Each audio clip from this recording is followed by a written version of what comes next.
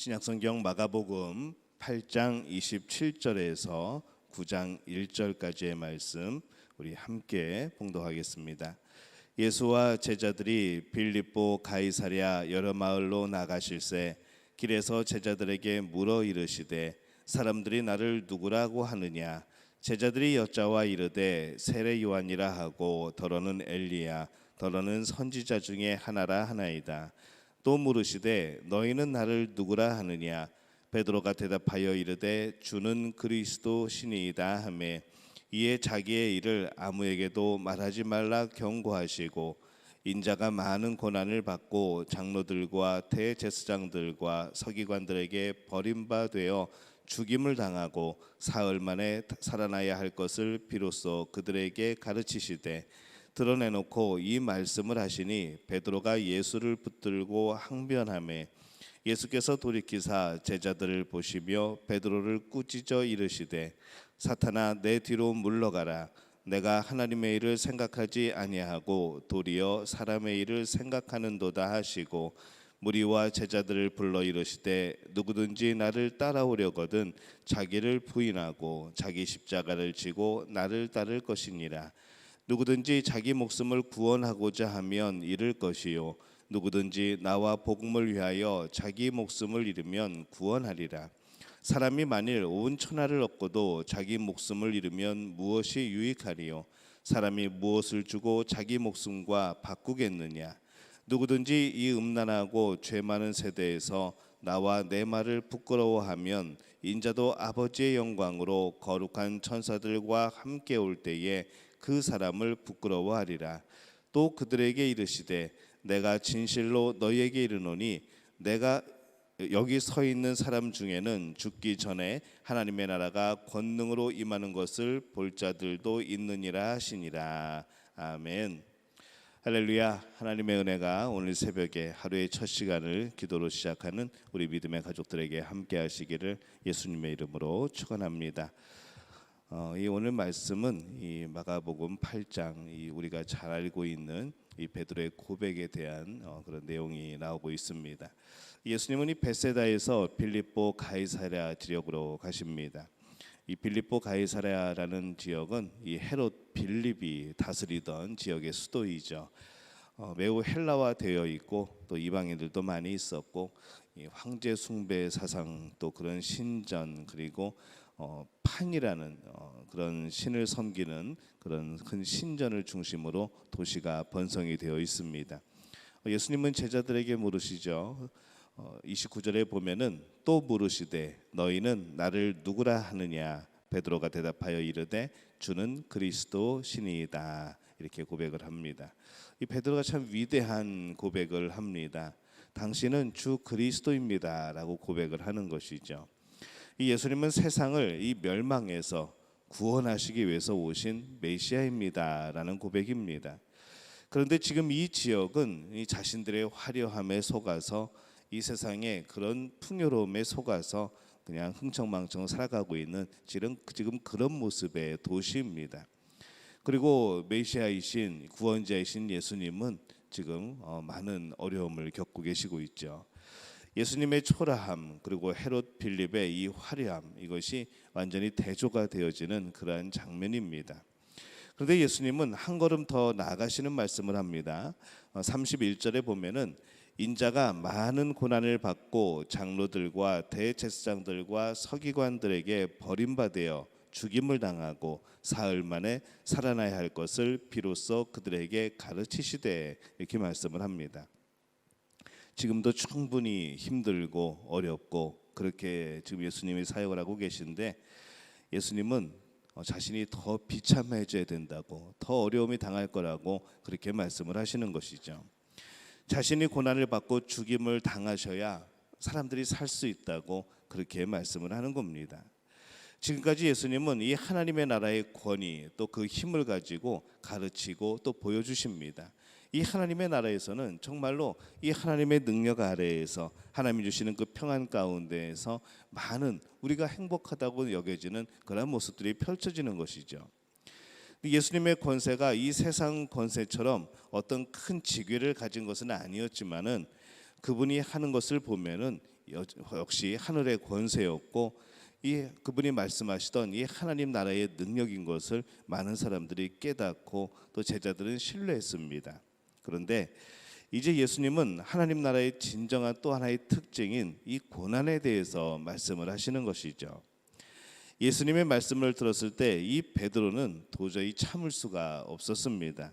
그래서 32절에 보면은 드러내놓고 이 말씀을 하시니 베드로가 예수를 붙들고 항변하매 이렇게 되어 있습니다. 이 강력하게 이 일을 제기하는 것이죠. 어떻게 그런 말을 하십니까? 라는 겁니다. 이 성경에 항변이라고 번역을 해놓았지만은 이 단어는 조금 뒤에 나오는 이 예수님이 그 베드로를 꾸짖을 때 이 꾸짖는다는 표현, 그때 썼던 단어하고 똑같은 단어입니다.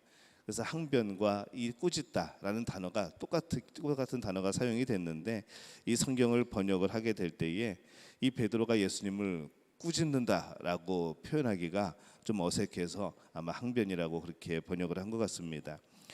이 베드로는 자신이 생각하는 이 메시아는 힘과 권세를 가지신 분이었죠. 지금까지 예수님께서 그걸 또 보여주셨습니다. 오병이어와 같은 사건이 이 백성에게 광야에서 펼쳐지죠. 또 많은 사람들이 병이 낫고 죽은 자가 살아나는 이 놀라운 역사들이 펼쳐졌습니다. 이제 그것을 보는 많은 사람들이 이 메시아가 올 때에 일어나는 여러 가지 일들, 또 이 광야에서 만나를 내려주셨던 이 하나님의 능력과 같은 이런 일들이, 이 오병이어와 같은 일들이 지금 펼쳐지고 있구나, 이분이 메시아구나라는 그런 생각과 많이 일치를 한 것이죠. 그런데 갑자기 고난을 받는 메시아에 대해서 말씀을 하실 때에 대체 그런 말씀이 어딨냐고, 그렇게 말씀하시면 이 쫓아오는 사람들이 다 도망간다고 강하게 지금 항변하고 있는 겁니다. 예수님은 이 베드로의 항변을 강하게 책망합니다. 33절에 보면은 예수께서 돌이키사 제자들을 보시며 베드로를 꾸짖어 이르시되 사탄아 내 뒤로 물러가라. 내가 하나님의 일을 생각하지 아니하고 도리어 사람의 일을 생각하는도다 하시고 이렇게 말씀을 하시죠. 이 베드로는 지금 하나님께서 예수 그리스도 그 복음을 통하여서 정말로 제2의 창조와 같은 놀라운 일을 하고 계시는 것인데 이것을 놓치고 이 하나님의 계획을 놓치고 자신의 생각으로 예수님을 바꾸려고 하는 겁니다.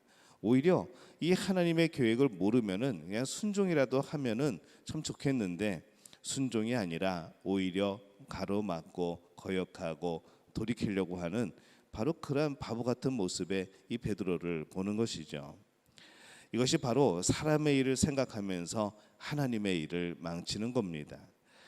이 하나님의 계획의 신비는 고난입니다. 예수님은 이 고난은 하나님의 가장 큰 사랑이죠.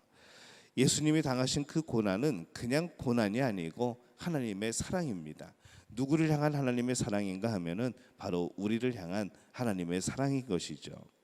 그리고 그 사랑을 알기 위해 이 제자들도 그 고난의 길을 가는 것이 또한 필요한 겁니다.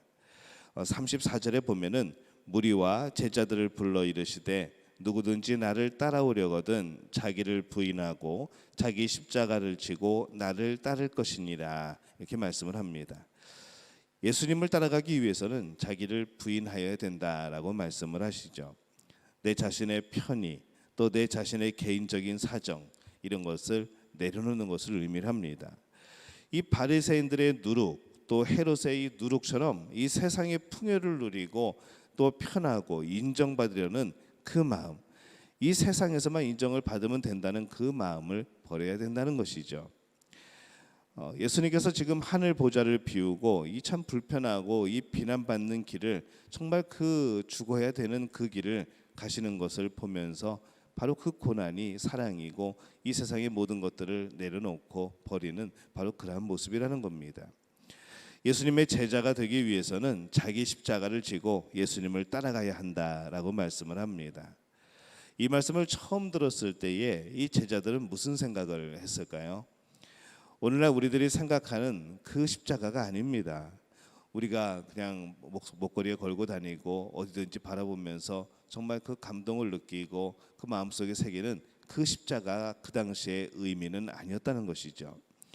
예수님이 아직 십자가에 못 박히시지 않으셨습니다. 그때 당시 그 순간의 십자가는 반란을 일으킨 사람이나 도망쳤다가 잡힌 노예들이나 그들에게만 내리는 정말로 힘든, 정말로 잔인한 그런 형벌이었던 것이죠.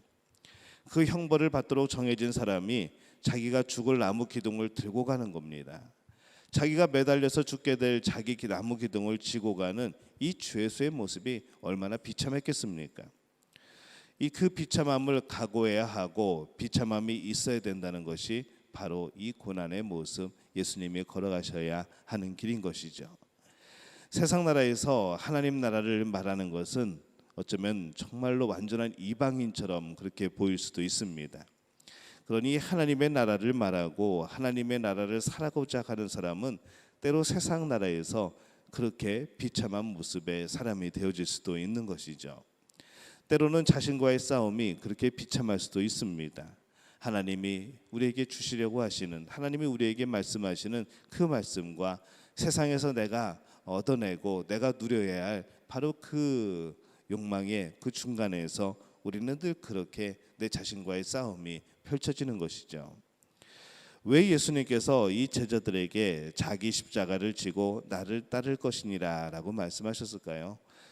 예수님이 혼자 고생하시는 것이 억울해서 그랬을까요? 35절에 보면 이렇게 말씀을 합니다. 누구든지 자기 목숨을 구원하고자 하면 잃을 것이요 누구든지 나와 복음을 위하여 자기 목숨을 잃으면 구원하리라, 이렇게 말씀을 합니다. 그렇게 자기가 죽어야 영원한 생명을 얻기 때문에 그런 것이죠. 우리의 목표는 영원한 생명입니다. 예수님과 함께 살아가는 것이죠. 영원한 하늘나라에 도달하는 겁니다. 이 세상 나라 사람들은 모두 자기를 살리기 위해서 살아갑니다. 그러나 우리는 예수님과 함께 십자가를 지고 또 함께 십자가에 죽고 그리고 함께 부활하고 그렇게 살아가는 사람들인 것이죠. 말씀에 보면은 누구든지 이 음란하고 죄 많은 세대에서 나와 내 말을 부끄러워하면 인자도 아버지의 영광으로 거룩한 천사들과 함께 올 때에 그 사람을 부끄러워하리라 라고 38절에서 말씀을 합니다. 세상 나라에서는 예수님을 따르고 하나님의 나라를 따라 사는 것이 때로는 조롱의 이유가 될 겁니다. 핍박의 이유가 되겠죠. 그들이 보기에는 말도 안 되는 것이기 때문에 그렇습니다. 그러나 그들의 조롱받는 것을 부끄러워하여서 피한다고 한다면 우리는 하나님 나라에서 부끄러움을 당하게 될 겁니다. 어쩌면 영원한 생명을 얻지 못할 수도 있는 것이죠. 우리가 이 하나님의 나라를 살아가는 모습을 결코 세상 사람들에게 부끄러워해서는 안 됩니다. 그것은 배려가 아니고 불신앙인 것이죠. 세상 나라 사람들과 하나님 나라를 살아가는 우리의 모습들, 그 사이에서 정말 가치의 충돌은 당연한 겁니다. 그러한 가치 충돌은 사실 모든 사람들 사이에 있습니다. 그런데 그러한 가치 충돌이 때로는 세상 나라와 하나님 나라 사람 사이에서 더 커 보일 때가 있는 것이죠. 우리는 언제든지 이 하나님 나라에 대해서 부끄러워하지 말아야 합니다. 왜냐하면 그것은 생명이기 때문에 그렇습니다. 주님의 고난이 우리를 구원하십니다. 그런데 그 주님의 고난을 부끄러워한다면, 그것 때문에 겪게 될 비난을 부끄러워한다면 그것은 신앙인의 모습이 아닌 것이죠. 예수님께서 이 고난을 받는 메시아에 대해서 말씀하시는 것으로 오늘 살펴봤습니다. 이해 안 되는 내용일 수도 있습니다. 베드로에게는 그랬던 것이죠. 그러나 예수님이 고난 받으신 것은 우리를 향한 정말 하나님의 신비로운 사랑입니다. 내가 죽는 것이 참 어렵습니다. 내가 죽는 것은 쉽지 않아서 자기 십자가를 지는 이 처절한 몸부림이 있어야 된다는 것이죠. 세상의 작은 싫은 소리를 듣기 싫고 자기 손해 보는 것이 싫어서 뒷걸음치는 그런 신앙인들의 모습을 봅니다. 자기 믿음을 양보하는 것이죠. 그런데 믿음은 절대로 양보하는 것이 아닙니다. 자기 십자가를 지고 가는 이 사형수처럼 비난을 받고 곧 죽는 길이라고 하여도 가야 되는 길이 바로 믿음의 길인 것이죠. 분명히 믿음 때문에 그렇게 비참하게 되는 때들이 있을 겁니다. 그 비참함이 오히려 우리에게는 생명의 길인 것을 여러분 기억하시기를 바랍니다. 오늘 십자가를 지고 예수님과 함께 걸어감으로 인하여서 이 생명을 이루는 또 생명을 누리는 그런 복된 우리 믿음의 가족들이 되어주시기를 예수님의 이름으로 축원합니다. 기도하겠습니다. 하나님, 은혜와 사랑에 감사를 드립니다. 하나님의 나라 또 이 땅에 오신 예수 그리스도, 그분을 생각하며 그분을 의지하며 또 그분이 주신 그 영원한 생명을 얻어서 살아가는 우리들, 이 땅을 살아가면서 그 생명이 때로는, 그 십자가의 길이 때로는 부끄럽고 정말로 그것이 조롱과 핍박의 대상이 되어지는 그러한 삶을 우리들이 살아갑니다. 하나님, 그때마다 주님 역사하여 주옵소서. 그 십자가가, 예수님의 그 고난이, 예수님의 그 죽음이 자랑스러운 우리들 되게 도와주옵소서. 우리의 삶을 통틀어서 우리가 자랑하고 우리가 내어놓을 것은 바로 예수 그리스도, 그분의 십자가인 것을 기억하게 도와주옵소서. 오늘도 그 믿음을 가지고 하나님 나라를 누리며 이 영원한 생명의 기쁨을 누리는 우리 모든 믿음의 가족들 될 수 있도록 주님 역사하여 주시옵소서. 모든 것을 주님께 의탁하옵고 예수님의 이름으로 간절히 축복하며 기도하옵나이다. 아멘.